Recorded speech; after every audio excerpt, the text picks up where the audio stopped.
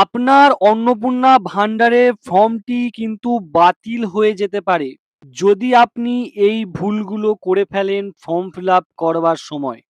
তাই ভিডিওটি ভালো করে দেখুন। মুখ্যমন্ত্রী শুভেন্দু অধিকারী জানিয়েছে জুন মাসে ৩ তারিখ অবধি ২৮ লক্ষ মহিলা কিন্তু টাকা পেয়ে গেছেন। আর এখনো অবধি প্রায় ১,৫,০০,০০০ মহিলা তাদের ফর্ম জমা করেছে এবং সেই সমস্ত ফর্মের ভেরিফিকেশনের কাজ কিন্তু ইতিমধ্যেই চলছে এবং ৩০শে জুনের মধ্যে যাদের যাদের ফর্ম জমা পড়বে তাদের কিন্তু ভেরিফিকেশন হবে এবং ভেরিফিকেশন কমপ্লিট হয়ে যাওয়ার পর তবে যতগুলো অ্যাপ্লিকেন্টের মানে যতগুলো ফর্মের ভেরিফিকেশন কমপ্লিট হবে তারা কিন্তু জুলাই মাসের প্রথমেই টাকা পেয়ে যাবে, এমনটা জানিয়েছে শুভেন্দু অধিকারী। এবার আপনাদের বলে রাখি, ওই ভেরিফিকেশনের সময় যদি আপনার ফর্মটা ভেরিফিকেশন করতে কোনো সমস্যা হয় আপনার ফর্মটি কিন্তু বাতিল হয়ে যাবে। তো আপনি কোন কোন ভুলগুলো এড়িয়ে চলবেন বা কোন কোন ভুলগুলো আপনার হয়েছে আপনি একবার ভিডিওটি ভালো করে দেখুন। তার আগে একটা কথা বলে রাখি, আপনাদের জন্য অনেক কষ্ট করে ভিডিও বানায়, অনেক কষ্ট করে তথ্য জোগাড় করতে হয়। তাই জন্য চ্যানেলটি অবশ্যই সাবস্ক্রাইব করে দিন এবং বেশি বেশি করে ভিডিওটি শেয়ার করুন আর একটা কমেন্ট কিন্তু অবশ্যই করে দিয়ে যাবেন, একটা কমেন্ট কিন্তু নিশ্চয়ই করবেন। চলুন ভিডিওটা শুরু করা যাক। প্রথমেই বলে রাখি, আপনার কিন্তু যে সমস্ত ডকুমেন্ট আপলোড করতে হবে মানে আপনার আধার কার্ড হোক বা আপনার ভোটার কার্ড হোক, যে ডকুমেন্টটি আপনি আপলোড করবেন, ধরুন আপনি আধার কার্ড আপলোড করছেন বা আপনি ধরুন ভোটার কার্ড আপলোড করছেন। প্রথমে কি করবেন, আপনার ভোটার কার্ডে যে ডকুমেন্টটা আপলোড হচ্ছে সেটা কি সঠিকভাবে হয়েছে এটা ভালো করে দেখে নেবেন। আপনার আধার কার্ড বা আপনার ভোটার কার্ড যে ডকুমেন্ট আপনি আপলোড করছেন সেটি কি সঠিকভাবে আপলোড হয়েছে, সঠিক ডকুমেন্ট হয়েছে, সেটি এখান থেকে একবার ভিউ অপশানে ক্লিক করে দেখবেন। আর আপনার যে ডকুমেন্ট সেটা সঠিকভাবে আপলোড হচ্ছে কি উপরে যেমন স্ট্যাটাস দেখাবে এটা একবার দেখে নেবেন। এই ভুলটি যদি আপনার হয় মানে আপনি ধরুন আধার কার্ডের বদলে ভোটার কার্ড করে ফেলেছেন, ভোটার কার্ডের বদলে আধার কার্ড আপলোড করে ফেলেছেন, সেক্ষেত্রে কিন্তু আপনার ফর্মটা বাতিল হয়ে যাবে এবং আপনি টাকা কিন্তু পাবেন না। দ্বিতীয়, সব থেকে বেশি গুরুত্বপূর্ণ যে জায়গাটায় এবার আসছি সেই জায়গাটা, ধরুন আপনার একটা ছেলে রয়েছে বা আপনার একটা মেয়ে রয়েছে, সে এখন স্কুলে পড়ে, তাহলে এখানে আপনি সিলেক্ট করবেন যে কোন স্কুলে সে পড়ে এবং এইখানে সেই স্কুলটার নাম দেবেন।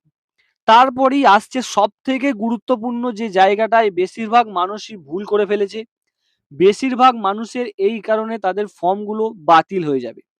তারা যদি এখানে প্রাইভেট স্কুল লিখে দেয়, ধরুন তারা এখানে প্রাইভেট স্কুল লিখে দিয়েছে, গভর্নমেন্ট স্কুল তারা লেখেনি, তাহলে কিন্তু তারা টাকা পাবেই না।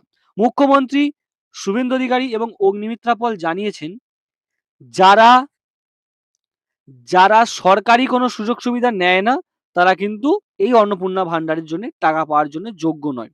ধরুন আপনার ছেলে এখনো স্কুলে ভর্তি হয়নি, তখন আপনি কি করবেন, এখানে সোজা যে এনে আছে এনে যদি আপনি করেন মানে নট অ্যাপ্লিকেবল, তাহলে কিন্তু আপনার যে ফর্ম সেটা অলওয়েজ ঠিকঠাকভাবে ভেরিফাই হয়ে যাবে।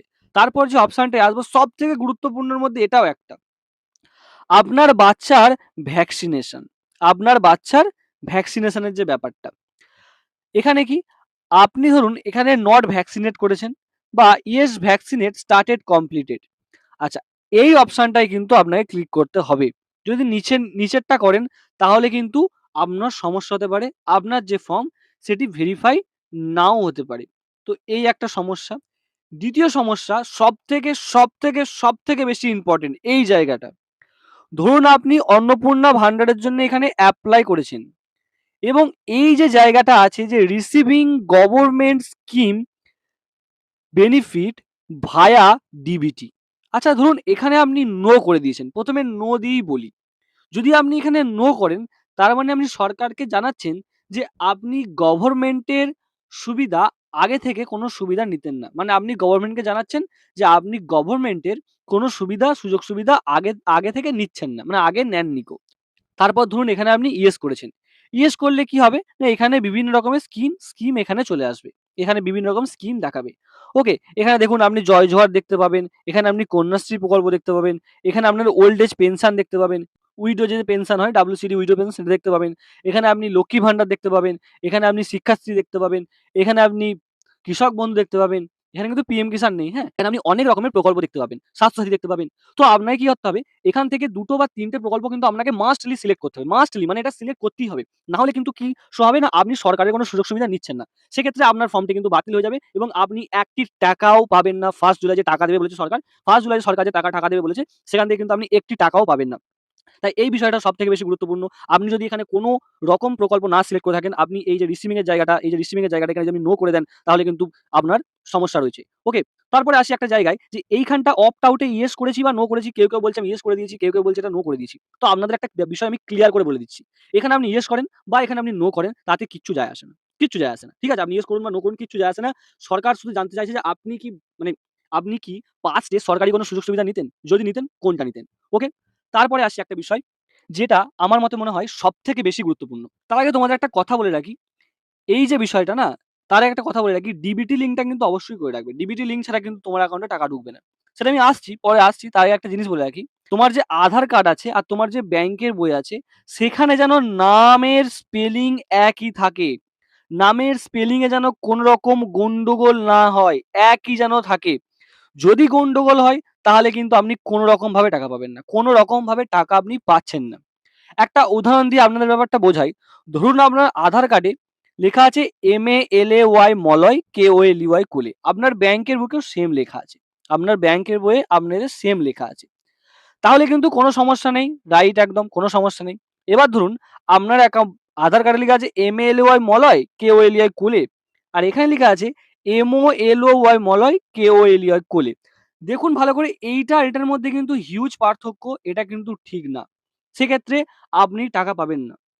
আপনাকে একটা জিনিস বলে রাখি, এই যে টাকাটা সরকার দেবে, এটা কিন্তু ডিবিটির থ্রু দেবে।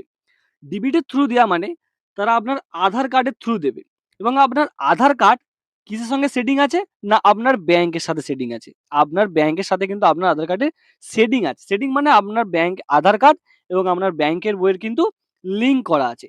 এবার ধরুন আপনার ব্যাংকের বইয়ে এবং আধার কার্ডে নামের স্পেলিং এ ভুল আছে। তখন কিন্তু ওদের ডেটাবেসে ওটা রিজেক্ট হয়ে যাবে অটোমেটিকলি। ওকে? এই বিষয়টা কিন্তু গুরুত্বপূর্ণ। আপনার যদি এটা ভুল থাকে, এখনই যান, কেওয়াইসি ফর্ম ফিল আপ করুন এবং আপনার যে ব্যাংক বই সেটা কিন্তু চেঞ্জ করে নেবেন। বেশিরভাগ ক্ষেত্রেই ব্যাংকের বইয়ে ভুল থাকে বা আধার কার্ডেও অনেক ক্ষেত্রে ভুল থাকতে পারে। ওকে? তারপরে আসি একটি অপশানে। তারপর হচ্ছে গিয়ে আপনি ধরুন হেলথ ইন্সুরেন্স এখানে নিচ্ছেন। হেলথ ইন্সুরেন্স আপনি করেছেন, হেলথ ইন্সুরেন্স। এখানে কিন্তু ইয়েস করতে হবে। এখানে গভর্নমেন্ট হেলথ ইন্সুরেন্সের স্বাস্থ্যসাথীটা কিন্তু অবশ্যই দিতে হবে। আপনার যদি একটি স্বাস্থ্যসাথী কার্ড থাকে, সেটি কিন্তু অবশ্যই দেবেন। আর তার যে ইউআরএন নাম্বারটা রয়েছিল, নিচে যে ইউআরএন নাম্বার, সেটা কিন্তু এখানে মাস্টলি দিতে হবে। ওকে? এই জিনিসটা যদি আপনি ভুল করেন, তাহলে কিন্তু আপনার জিনিসটা বাতিল হয়ে যেতে পারে। এই ছিল ব্যাপার। এই ব্যাপারগুলো যদি আপনি ভুল করেন, তাহলে কিন্তু আপনি টাকা পাবেন না। আপনার যে ফর্ম সেটি ভেরিফাই হবে না।